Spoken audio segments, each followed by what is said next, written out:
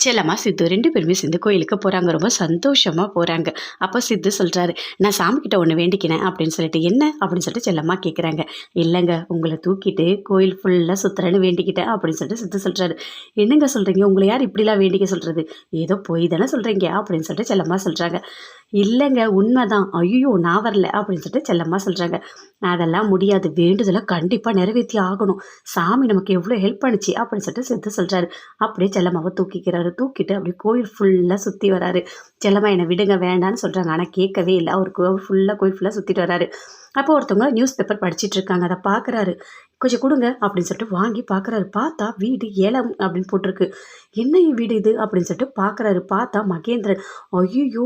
என்ன இது மாமாவோட வீடு ஏலம்ன்னு போட்டிருக்கு" அப்படின்னு சொல்லிட்டு பயங்கரமா டென்ஷன் ஆகுறாரு. செல்லம்மா கிட்ட காட்டுறாரு அந்த பேப்பர. "இங்க பாருங்க செல்லம்மா, வீட்ட ஏலம் வந்திருக்கு. இந்த மேக அடமானம் போட்ட வீட ஏலம் விட போறாங்க. இப்ப என்ன பண்றது? எப்படி மாமா தாங்குவார்ன்னே தெரியலையே!" அப்படின்னு சொல்லிட்டு பயங்கர டென்ஷனா சொல்றாரு. ஐய்யய்யோ! என்ன பண்றதுன்னே தெரியலையே! அவரு எவ்ளோ உழைச்சு இந்த வீட கட்டினாரு தெரியுமா? அந்த வீடு ஏலத்துக்கு போகுதா? அப்படின்னு சொல்லிட்டு செல்லம்மா பயங்கரமா டென்ஷன் ஆகுறாங்க. "இல்ல சார், கண்டிப்பா இந்த வீட விடக்கூடாது. ஏதாவது ஒரு முயற்சி பண்ணி இந்த வீட்ட நம்ம மீட்டறணும்.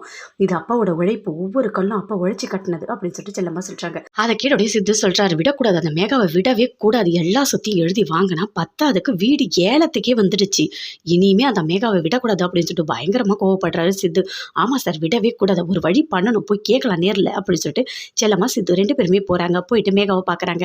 "ஏய், உனக்கு கொஞ்சம் கூட அறிவே கிடையாதா? சொத்தெல்லாம் எழுதி வாங்குன. இப்ப வீடு ஏலத்துக்கு வந்திருக்கு" அப்படின்னு சொல்லிட்டு கேட்குறாங்க. "ஆமா, வீடு ஏலத்துக்கு தான் வந்திருக்கு. இப்ப என்ன பண்ண போறீங்க?" அப்படின்னு சொல்லிட்டு மேகா கேட்குறாங்க. "அது என்னோட வீடு. அது என் பேர்ல இருக்கு. அது ஏலத்துக்கு விடுவேன். அத விப்பேன். அது ஏன் இஷ்டம். அத கேட்கறதுக்கு நீங்க யாரு?" அப்படின்னு சொல்லிட்டு பயங்கர கோவமா சொல்றாங்க. அத கேட்டோனே செல்லம்மாக்கு கோவம் அதிகமா வருது. "நீ அடி உழைச்சு சம்பாதிச்ச? ஏமாத்தி தானே புடுங்குன. உனக்கு அதோட அருமை எப்படி தெரியும்? எங்க அப்பா கஷ்டப்பட்டு உழைச்சு கட்டின வீடு அது. அது மட்டும் ஏலத்துல போச்சு, நீ உன்னை உயிரோடவே விட மாட்டேன்" அப்படின்னு சொல்லிட்டு செல்லம்மா